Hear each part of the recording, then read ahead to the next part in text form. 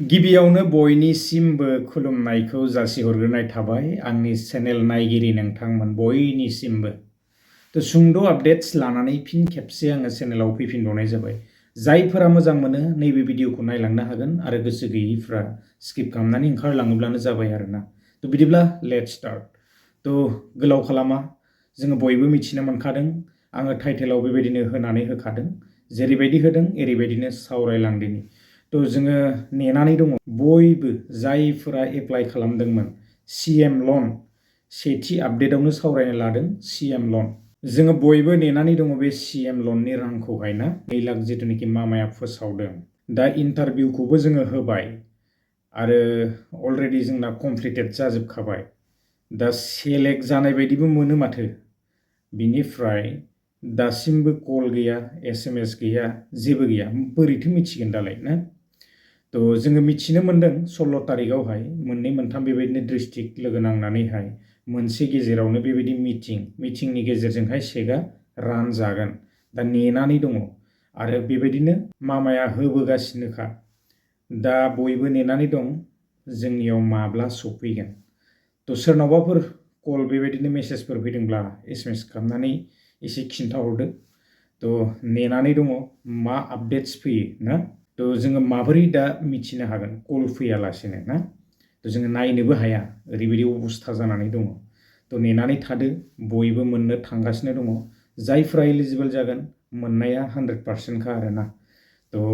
बारा दिन गैला आरो 16 तारिखआ फैगासिनो दङ नै तो जोङो नेनानै थानि निश्चय फार्स्टआव मोनैया सेकेन्ड लिस्टआव सिन्थाय मोनहैगोन बेबायदि जोङो दा मिथिनो मोननाय बायदिब्ला ना तो जियानो हक जोंनाव बेबायदिनो 13, 14, 15नि भितराव निश्चय सानथामनि भितराव बेबायदि कलफोरा फैनांगौ ना आरो सोरनाबाफोर जुदि फैबायब्ला एसे SMS खालामना खिन्थाहरोब्लानो जाबाय आरो तो बिदिब्ला गुबुन मोनसे आपडेट्सआव थांदिनि गुबुन मोनसे आपडेट्सआ जोंहा ओरैबायदि इन्टारेस्टिं ना जेरावनाखि रोजा आइजोफोरनि एकाउन्टआवहाय मामाया जेरैबायदि फोसावलांदोंमोन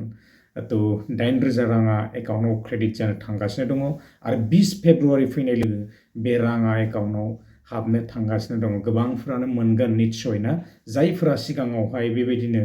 1250 थाखाखौ मोनदोंमोन निश्चय इबाराव 9,000खौ खनसेयावनो